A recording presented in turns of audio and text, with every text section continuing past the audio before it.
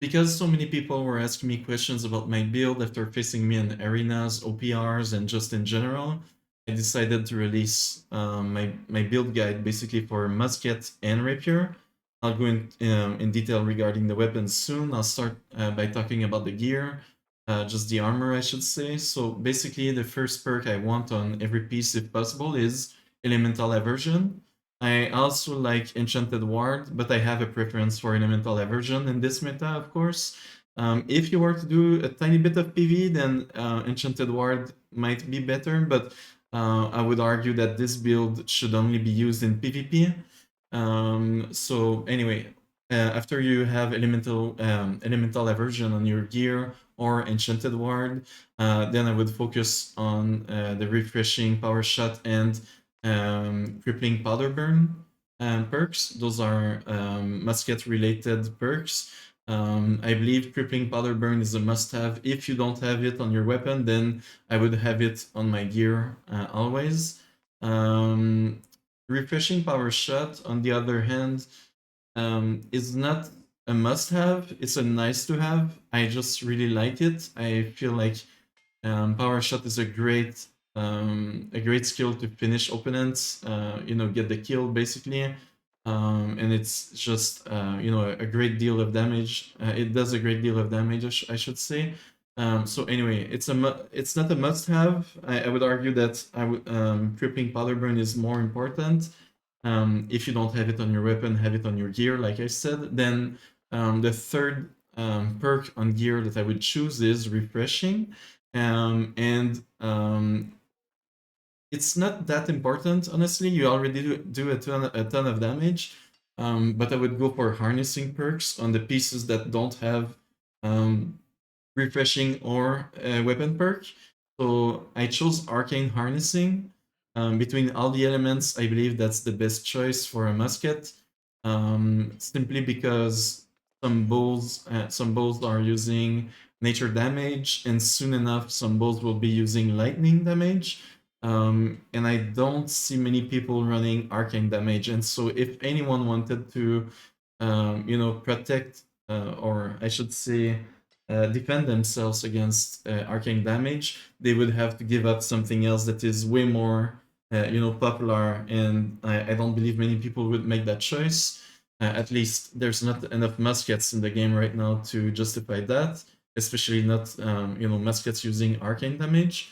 So that's why I make that decision. There's also the fact that fire harnessing, you have obviously the fire staff, you have blunderbuss, even the powder burn from muskets that is quite annoying, so people will protect against fire. And then you also have some PvE players that might have a couple of gems still in their gear for nature, ice, fire, and void, of course. There's also the abyss doing a ton of void damage right now, and so anyway, my point is arcane damage, in my opinion, is the best choice, so that's why I go for arcane harnessing. Now, what can you do to get cheap arcane harnessing gear? There's the Soul Shroud set.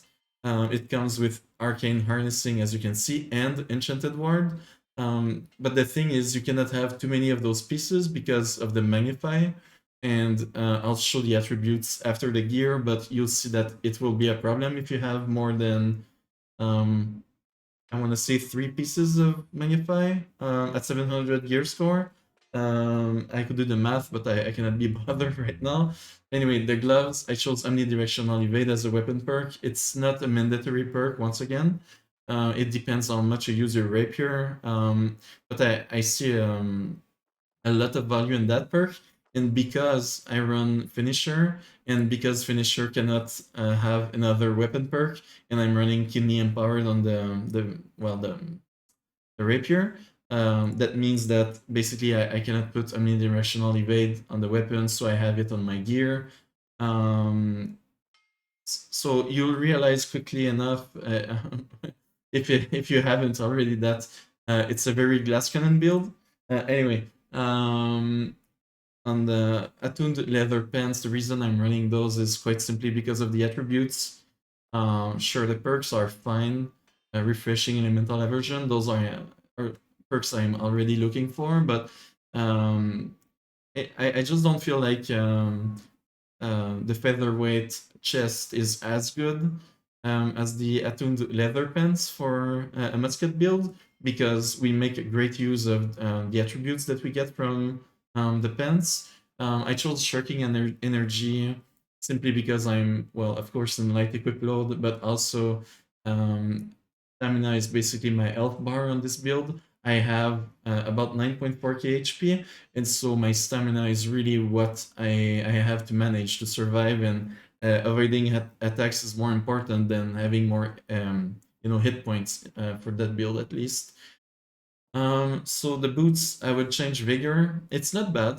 There's a lot of damage over time in this meta, but I would put another harnessing or ideally elemental aversion on those, and they would be perfect for me. In terms of consumables, it's quite simple. I use health potion, mana potion. I'll go into it first in a second. It's because of the earring perk. I use gemstone dust. I know. Look at my resist. I don't have any physical resist. So what that means is I don't want to get hit by a melee. I don't know, a hatchet, greatsword, sword and shield, anything melee is deadly to me. But that's why you should have, awareness and also good stamina management when you play that build. And I feel like most of the damage I'm taking is ranged damage. Ranged damage. I cannot talk right now. Anyway, so that's why I double dip on the elemental resist by having a gemstone dust on top of um, opals for the elemental resist. I'm not going to defend myself against one particular elemental resist except fire, because I believe there's just too many sources of fire damage in the game right now, and they can also be bursty, such as blunderbuss and fire staff. So that's why I put flame protection on the amulet, and that's also why I put a ruby in that amulet. Anyway, it's not a must-have, the fire protection. I just feel like it's the one elemental damage that is the most threatening for this build right now.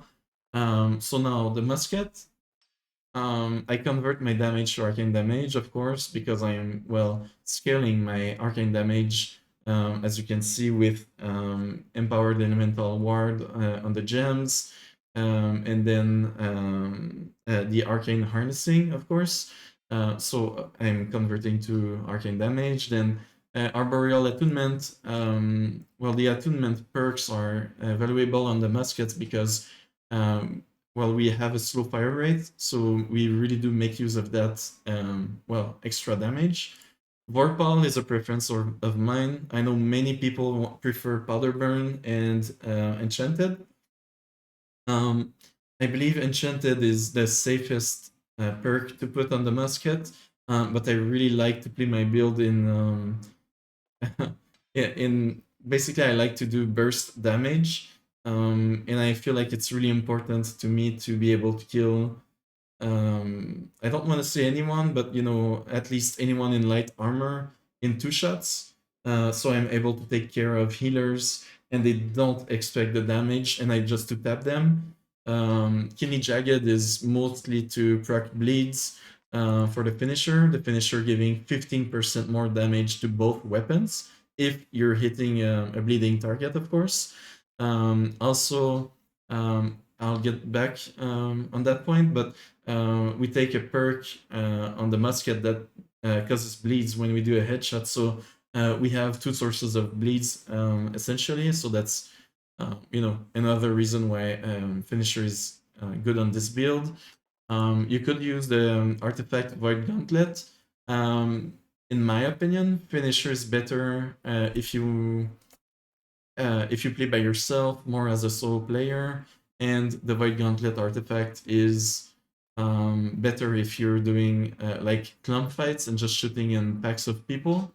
Anyway, it's a preference at the end, but it also affects your playstyle. I would say finisher or rapiers, I should say, will help you keep your distance and also reposition yourself better.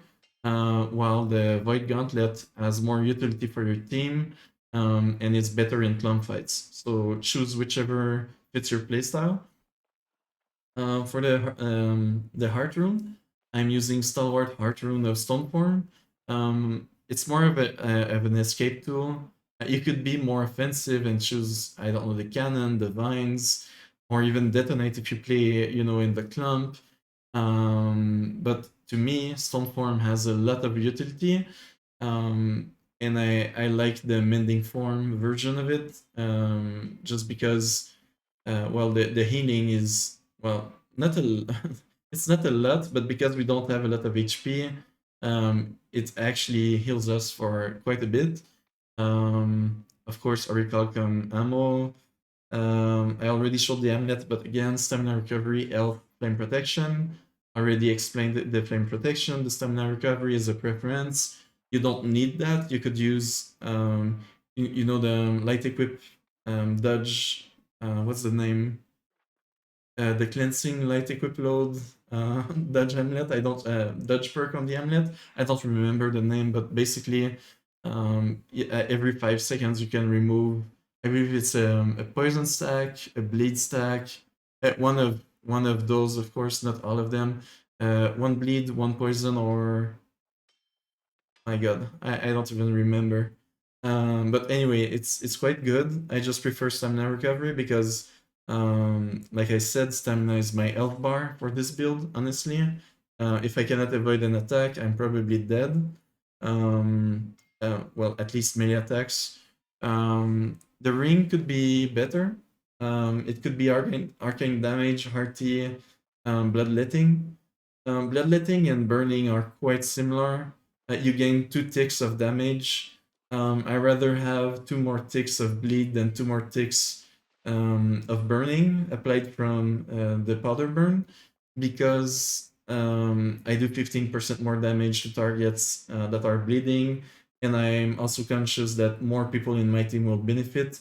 At least people using a finisher will benefit from that extra damage, while that would not be as true for the burning damage. That's not exactly true, because some people, like the fire staffs, I believe, do more damage to burning targets. Anyway, um, the earring, I'm choosing Mammoth's Revenge. It's a named item that you get at the Gypsum Killing. It comes with Healthy Toast, Refreshing Toast, and I'm not sure, I believe Nimble is the... I'm not even sure if it's random or not. Anyway, and Nimble. Nimble is probably the perk I would replace if I had to, if you were to craft an earring.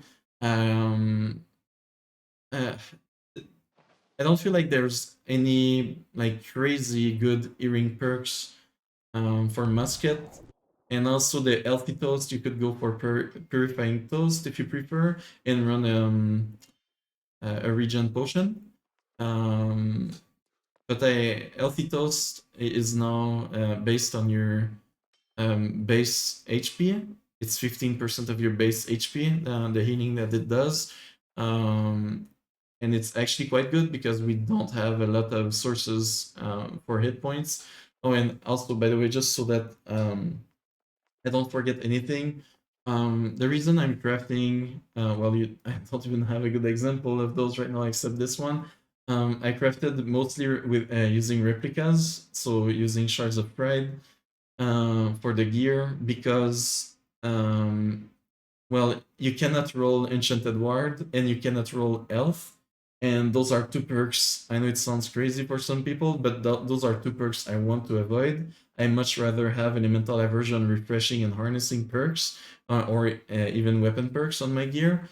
So yeah, that's why. Just 1 second, I'm sure I'm forgetting something. No, that's it for the gear. Just quickly, I forgot to mention, uh, purple is of course the most burst you can have in terms of perk on the musket, but you could change it to enchanted if you want more. I want to say reliable, sustainable damage. More average DPS. And powder burn would be better if you tend to isolate your targets. If you take a lot of one-on-ones, do small scale PvP, maybe arenas, then the crippling powder burn on the weapon would make sense. I just feel like Vorpal, um, I don't know, it's very rewarding when you take an extra, I don't know, half a second to land a shot. Um, Basically, if the other person is unable to out heal the damage, then you kill them, of course. So that's the idea behind Vorpal for me. So let's go into um, one second. Yeah, the weapons. Um, yeah, not the bow, the musket. So I choose, of course, powder burn, power shot, and my preference is sticky bomb. I tried this season shooter stance. I tried stopping power traps.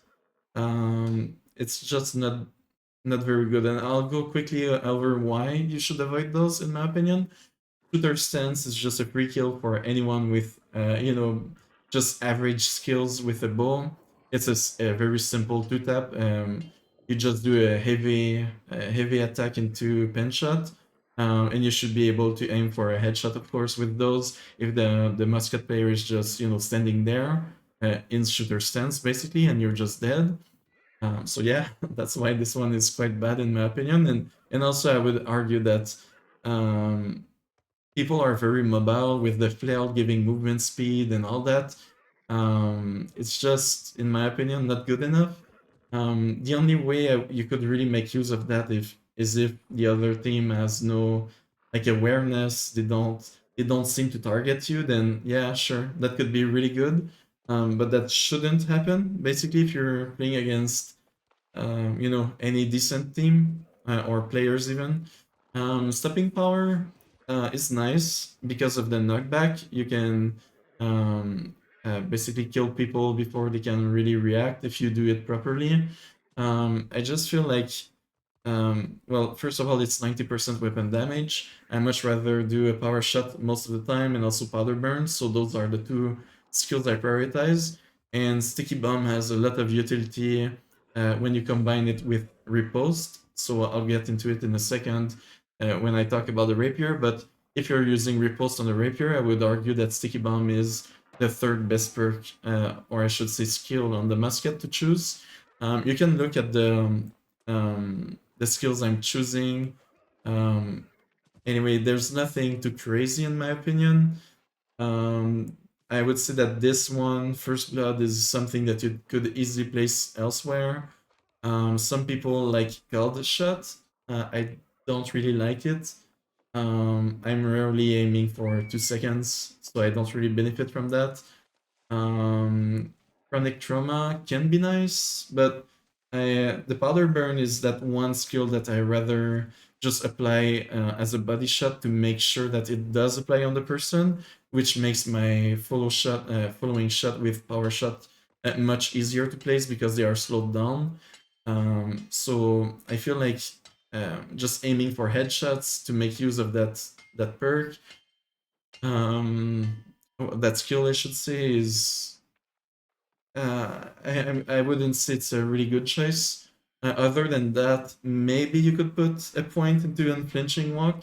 It's still 40 stamina, it's huge, but um, a lot of people know how to dodge the sticky bomb, so it's not reliable. So I rather have something that I can control. Then when it comes to rapier, there's also a bit of flexibility there. Some people prefer flourish and finish, especially with the finisher. I can understand it. I just use the rapier as a mobility tool. Of course, I can do damage with it, but I primarily try to use a musket for that. And the rapier is there to reposition myself, escape opponents, and sometimes with riposte as a setup for sticky bomb and to burst down people. Evade, same reason. Just trying to evade attacks, gain a bit of stamina back. Léché, of course, is still just to reposition myself. You can have a tiny bit of movement, or you have a tiny bit of movement using Flourish and Finish. It's just not enough for me. And I much prefer that skill on a bow, because with a bow you have usually between 100 and 150 con, and with a rapier, and I'll get into it in a second, you don't have that much hit points, at least not how I'm playing it. So that's also one skill you could choose to replace and guard. Um, it's good. You could also use refreshing strikes or desperation. It's I don't know. It's none of them are like I don't feel like it's going to make a big difference for you. It's just that in guard for me is nice when I do a repost and I burst down people with like a backstab sticky bomb, for example. But yeah, you could choose something else, of course. Then when it comes to the attributes, actually I'll show. Um, so I just use a honing stone, whichever you can afford. A hearty meal, fruit salad, and then dessert sunrise. Um, so I'll use one of those to show attributes. So around 25 strength, that's for the 5% light attack damage. That does not apply to powder burn and power shot, but it does apply to all the other left clicks that you're doing. It's useful for rapier and musket. Musket cannot do heavy attacks, so well, the light attack damage is quite nice to have. 300 dex is really nice for that perk, that node I should say. When you swap weapons, you cleanse of all stuns, roots, crowd control. Sure, there's a cooldown, but you should just play around the cooldown, to be honest. And also because I'm not running any freedom on my gear, that's a really valuable node to have. Um, Another thing you could do is drop some dexterity and go for 350 int. I've seen some people do that and they rely more on their abilities to do damage. I don't necessarily agree with that because we have basically one layer of defense or two on the build and it's already not enough for most people. So I feel like it's it's very punishing to drop 300 dex. At least that's my opinion. The intelligence is of course really nice for both musket and rapier. We do a lot of damage with those. And I'm not putting any sec. Yeah, okay. So I'm not putting any points in focus, and I'm putting well, I'm just going for 25 constitution. I could put more points in dexterity intelligence, but I feel it's just overkill and it's not very it's not a great return on investment at that point when you have already over 300 in each.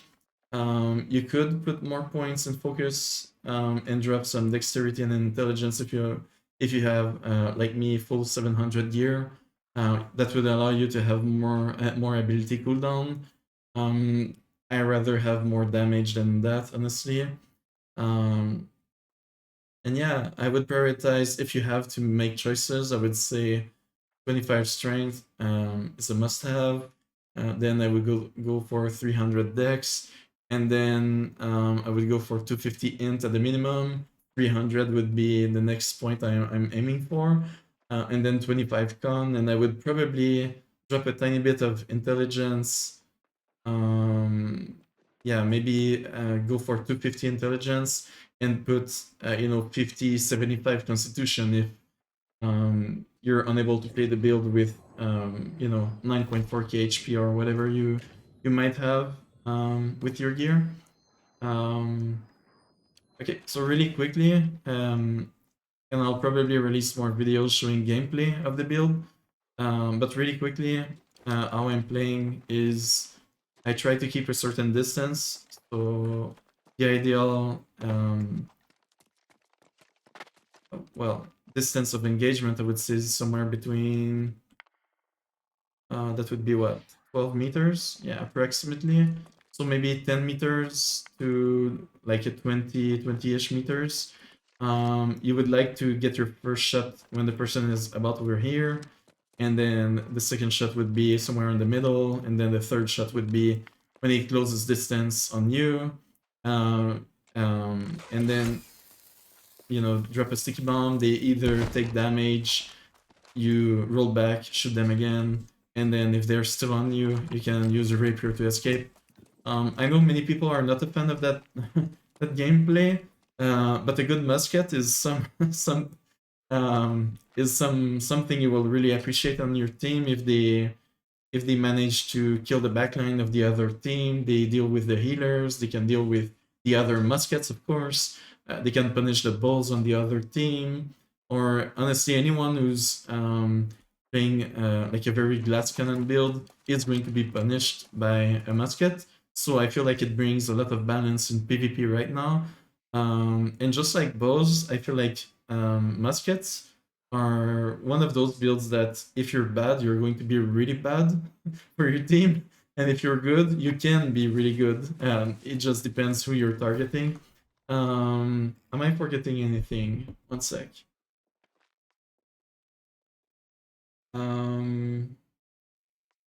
Oh yeah, I'm not even sure if I mentioned those syncretic muskets. Is something you can get if you go. One sec. Um, there's a town. Okay, somewhere in that area around dig site calamitous, there are some silver named mobs. I believe there's like 4 or 5 of them in the area. If you kill them, you can get the syncretic musket and other well, gear that, well, basically it comes, as you can see, with arboreal attunement, kidney jagged, which are 2 perks that are well, most people really like on musket, and then you get to choose the 3rd perk. If you have 700 engineering, you can craft bestial muskets. They are bind on pickup, just like the syncretic musket, so you cannot sell them. But you don't need the chromatic seals and all that, you know, dark matter and stuff like that. So for some people, that might be a better choice. Then there's also the Soul Shroud musket. If you were already going for Vorpal and Kidney Jagged, then you would get to choose the type of attunement that you want. So maybe you prefer, you know, to run ice damage, for example, or lightning damage, because you're also playing a bow build with lightning harnessing, and so you could choose to run, you know, a different attunement on this musket. So that was a lot of talking. I'll show some gameplay in arenas, OPR, open world PvP, in future videos. So if you want to stay updated, feel free to subscribe or just ask me questions in the comments.